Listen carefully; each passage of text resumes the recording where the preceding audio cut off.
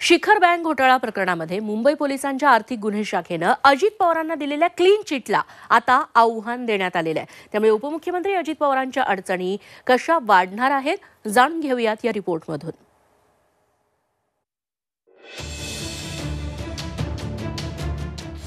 दादांना clean chit, कोर्टात आव्हान।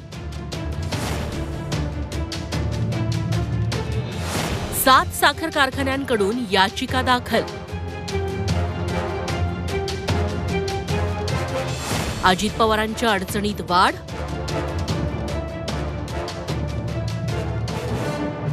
शिखर बँक घोटाळा प्रकरणात उपमुख्यमंत्री अजित पवारांच्या अडचणी वाढण्याची शक्यता आहे। मुंबई पोलिसांच्या आर्थिक गुन्हे शाखेनं या कथित घोटाळ्याप्रकरणी अजित पवारांना क्लीन चिट दिली होती, मात्र त्याला 7 साखर कारखान्यांनी आक्षेप घेतलाय।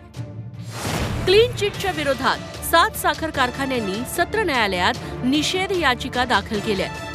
त्या जरंडेश्वर, जय अंबिका, जालना, पारनेर, कन्नड, प्रियदर्शिनी, पद्मश्री विखे पाटील या कारखान्यांचा समावेश आहे। या याचिकांवर येत्या 25 जुलैला सुनावणी होणार आहे। यावरून आता राजकीय प्रतिक्रियाही उमटू लागल्यात। क्लीन चिट मिळणं हाच मोठा घोटाळा असल्याचा आरोप खासदार संजय राऊत यांनी केलाय, तर सर्व बाजू ऐकून घेऊन कोर्ट योग्य निर्णय देईल असा विश्वास अनिल देशमुखांनी व्यक्त केलाय। शिखर बँक घोटाळा संदर्भात क्लीन चिट मिळणं हाच एक मोठा घोटाळा आहे।